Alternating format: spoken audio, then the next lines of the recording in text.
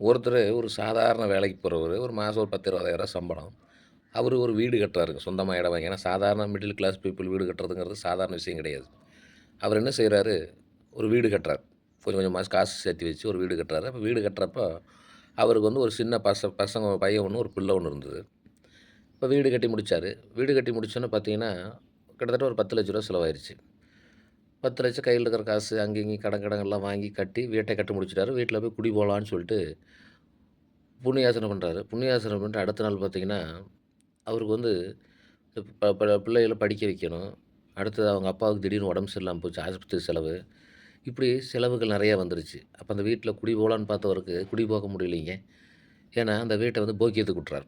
ஒரு ஒரு ரூ. 3,00,000 போக்கியத்துக்கு விட்டு, சரி அப்படின்னு சொல்லிட்டு, இந்த 3,00,000 வாங்கி இந்த ஸ்கூல் ஃபீஸ் கட்டுறது, அவங்க அப்பாவுக்கு மருத்துவ செலவு, சின்ன சின்ன கடன் இதெல்லாம் கட்டுறாரு.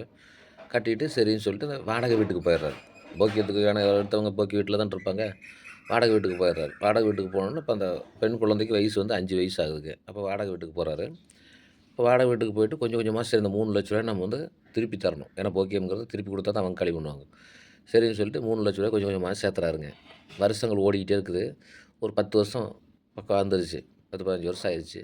அப்பதான் சேர்த்த முடியும். ஏன்னா இவரு மிடில் கிளாஸு. வீட்டு செலவு, படிப்பு செலவு, மருத்துவ செலவு எல்லாம் போக மீதி சேர்த்தணும். அப்போ அந்த சைக்கிள் அந்த வழியா போறப்போ, அந்த வீட்ட பார்த்துக்கிட்டே போவாருங்களாம். "என்னைக்கு நம்ம இந்த வீட்ல குடி வருவோம்?" அப்படின்னு வாடகை வீட்ல இருக்க சொந்த வீடு இருக்குது. ஆனா வர முடியலையே. அப்புறம் கொஞ்சம் கொஞ்சமா சேர்த்துனாரு. ஒரு 10, 15 வருஷம் அந்த பணத்த சேர்த்துனாருங்க. சேர்த்து முடிச்சு சரி அந்த பணத்த அடுத்த நாள் கொண்டு போய் குடுக்குறது. இப்போ அவங்க பொண்ணு +2 படிக்குது. +2 ரிசல்ட் வந்துருச்சு. ரிசல்ட் வந்து அந்த பொண்ணு பயங்கரமான நல்ல மார்க் வாங்கியிருக்குது. இப்ப அந்த பொண்ணுக்கு காலேஜ் ஃபீஸு, பையனுக்கு காலேஜ் ஃபீஸு இதெல்லாம் கட்டணும் பணம் வேணும். கையில ரூ. 3,00,000 வச்சிருக்காரு. அடுத்த நாள் கொண்டு போய் குடுத்து அந்த வீட்ட வந்து போக்கியத்த காலி பண்ணிட்டு அவரு வந்து குடி போறது. இப்ப அவர் யோசிச்சாரு, சரி இந்த 3,00,000 பிள்ளைகள் படிப்பு செலவுக்கு செலவழிச்சிடலாம். பின்னாடி பார்த்துக்கலாம் அப்படின்னு சொல்லிட்டு, தன்னுடைய பையனுக்கும் பிள்ளை காலேஜ் ஃபீஸு எல்லா செலவெல்லாம் பண்ணாருங்க. இப்பயும் அவர் அதே வாடகை வீடு தான். அந்த வழியா டிவிஎஸ் ஸ்பீட்ல போறாரு. போறப்போ தன்னுடைய சொந்த வீட்ட பார்த்துக்கிட்டே போவாரு. என்னைக்கு நாம இந்த வீட்டுக்கு குடி வரப்போறோம் அப்படின்னு. இதுதாங்க ஒரு மிடில் கிளாஸ் மக்களுடைய வாழ்க்கை. அவருடைய அடிப்படை தேவை ஒரு வீடு, பசங்க பிள்ளைங்களுடைய படிப்பு. இது மட்டும் தான் அவங்களால நிறைவேத்த முடியும். அதுவே ரொம்ப கஷ்டங்க. எவ்வளவு கஷ்டம். அமெரிக்காவுல சிகாகோவுல ஒரு சமய மாநாடு ஒண்ணு நடக்குது. அதில இதுல வந்து இந்து சமயத்தின் சார்பாக நெறைய பெரிய பெரிய தலைவர்கள் கலந்துக்கிறாங்க. அதில விவேகானந்தர் ஒருத்தரு.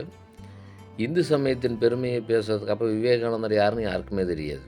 அப்போ இந்து சமயத்த பத்தி பேசுறதுக்கு ஒரு பெரியவர் இருந்தாரு. அவரு திடீர்னு வர முடியல அந்த மீட்டிங்க்கு. அப்ப அது சார்பா உடனே விவேகானந்தருக்கு அந்த வாய்ப்பு கிடைச்சது. ஒரு 3 நிமிஷம் தான். 3 நிமிஷம் விவேகானந்தர் பேசுவாரு அப்டின்னா, உடனே எல்லாம் அதுக்கு முன்னாடி பேசுனவங்க எல்லாமே லேடீஸ் அண்ட் ஜென்டில்மேன், சீமான்களே, சீமாட்டிகளே அப்டின்னு தான் பேசுனாங்க. உடனே விவேகானந்தர் வந்து ஒரு காவி ட்ரெஸ்ஸ போட்டுக்கிட்டு, மிக எளிமையான தோற்றம். உடனே அவர் மேடையில ஏர்றாரு. எல்லாரும் பார்க்குறாங்க, இவரு என்னத்தையும் பேச போறாரு அப்டின்னு சொல்லிட்டு எல்லாம் அசால்ட்டா இருந்தா, முதல் வார்த்தையே சகோதரர்களே, சகோதரிகளே, பிரதர்ஸ் அண்ட் சிஸ்டர்ஸ் அப்புட்னா எல்லாரும் ஆச்சரியங்க.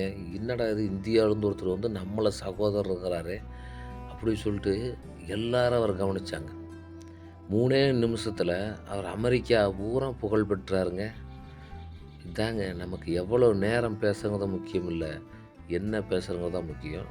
அந்த 3 நிமிஷம் அவருக்கு உலக புகழை பெற்றுத் தந்தது. அதுக்கப்புறம் தான் விவேகானந்தர் யாருன்னு தெரிஞ்சது. அதுக்கப்புறம் பல சொற்பொழிவுகள் இந்து சமயத்த பத்தி நிகழ்த்தினாரு. அதெல்லாம் முடிச்சுட்டு இந்தியாவுக்கு வராருங்க. உலக புகழ் பெற்று இந்தியா வந்தோன்னே ஏரோட்ரம்ல இறங்குறாரு. இறங்கி கீழ வந்து வந்தோனே இந்திய மண் எடுத்து உடம்புல பூசிக்கிறாருங்க. அப்ப எல்லாரும் கேட்குறாங்க, "என்னங்க இப்படி பண்றீங்கன்னு?" வெளிநாட்டில் இருந்த பொழுது எனக்கு இந்த மண்ணினுடைய மகிமை தெரியவில்லை. இதனால இப்போ உள்ள வந்தோனே என்னுடைய மண்ணை மதிப்பதாக இந்த உடம்பு பூரா இந்த மண்ணை பூசிக்கிறேன் அப்படின்னு சொன்னாருங்க. எவ்வளோ பெரிய மகான் பாருங்க. இளைஞர்களுக்கான ஒரு வழிகாட்டி. 100 இளைஞர்களை என்னிடம் கொடுங்கள். இந்த உலகத்தையே மாற்றி காட்டுகிறேன்னு சொன்னவர் அல்லவா அவரு. அவர ஒரு ஒரு அழகான ஒரு பெண்மணி வந்து, "நான் உங்கள கல்யாணம் பண்ணிக்கலான்னு இருக்கிறேன். நீங்க என்ன சொல்றீங்க?" அப்படின்னு கேட்டாருங்களாம். உடனே விவேகானந்தர் ஒரு துறவி. அவரு என்ன சொல்லுவாரு, "நீங்க எதுக்கு என்னைய கல்யாணம் பண்ணிக்கலாம்னு நினைக்கிறீங்க?" அப்படின்னா, அந்த அம்மா சொல்லிச்சாம், "உங்கள மாரி ஒரு அறிவான பையனும், என்னைய மாரி ஒரு அழகான பையன், அழகான அறிவான பையன் பொறக்கணும். அதுக்காக தான் கல்யாணம் பண்ணிக்கலான்னு இருக்கேன்னு" அந்த அம்மா சொல்லிச்சாம். அதுக்கு விவேகானந்தர் சொன்னாராம், "என்னை மாதிரி அழகாவும், உங்கள மாரி அறிவாவும் ஒரு பையன் பொறந்தா நீங்க என்ன பண்ணுவீங்க? அதனால இந்த பேச்சே பேசாதீங்க போங்கன்ட்டாராம்." அப்போ விவேகானந்தர் இந்தியாவினுடைய பெருமையை உலகம் பூரா பறைசாற்றியவருங்க. அவருடைய கொள்கைகளை படித்து பாருங்க, நம் வாழ்க்கைக்கு கண்டிப்பாக பயன்படும். ஒரு சாயந்தரம் ஒரு 6, 7 மணி இருக்குங்க.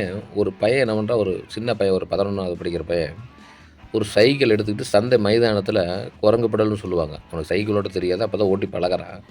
செருப்பு கூட போடாம டக்கு டக்கு டக்கு டக்குன்னு ஓட்டி பழகிட்டு இருக்கிறான் சைக்கிள குரங்கு பெடல்ல. அப்போது அந்த வழியா போன நான் கேட்டேன், "ஏப்பா தம்பி இந்நேரத்துக்கு வந்து சைக்கிள் ஓட்டி பழகுறியே, அப்படியேன்னு உனக்கு அவசரம்?" அப்படின்னான். அவன் சொன்னான், "சார் எனக்கு சொந்தமாக சைக்கிள் இல்லைங்க. இப்போ தான் ஓஸ் கிடச்சிது, ஒருத்தர் கொடுத்தாரு. இதை ஓட்டி பழகுறேங்க." அப்படின்னு உடனே நான் கேட்டேன், "ஏடா இப்போ ஓட்டி பழகோட அவசியம் என்ன? நாளைக்கு வந்து வெளிச்சத்தில் ஓட்டலாம்ல?" அப்படின்னு அவன் சொன்னான், "சார் நாளைக்கு ஸ்கூலில் சைக்கிள் கொடுக்குறாங்க சார். விலையில்லாத மிதிவண்டி 11வதுக்கு.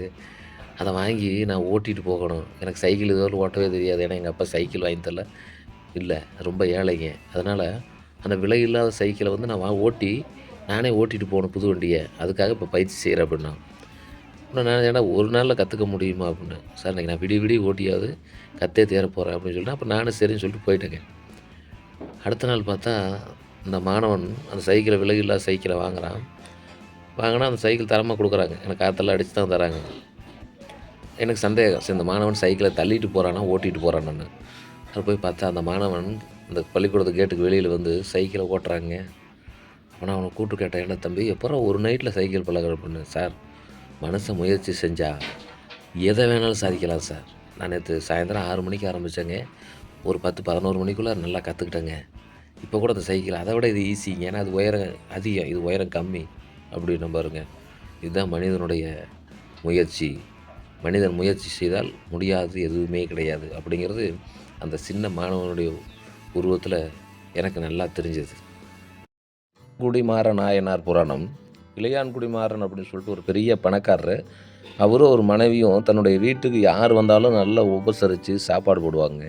சிவனடியார்னு ஒருத்தர் வந்துட்டார்னா அவங்களுக்கு என்ன தேவையோ அதை செய்வார்.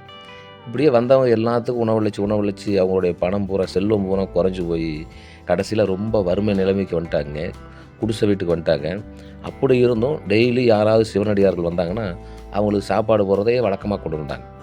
அதுலேருந்து கொள்கையிலேருந்து அவங்க எந்த விதத்திலும் விலகாமல் இருந்தாங்க. ஒரு நாள் சிவபெருமான் அவர்களை சோதித்தார். சிவபெருமானுடைய வேலை என்னென்னா பக்தர்களை சோதித்து நன்மை அளிப்பது தான். உடனே சிவபெருமான் ஒரு சிவனடியார் வடிவத்தில் வராரு. அது பயங்கரமான மழை பெய்யுது. அந்த மழையில் நைட்டு ஒரு 7, 8 மணிக்கு வராரு. அவங்க வீட்டில் சாப்பாட்டுக்கு எதுவுமே இல்லை. இவங்களுக்கே சாப்பாடு இல்லை. பசியோடு படுத்துருக்குறாங்க.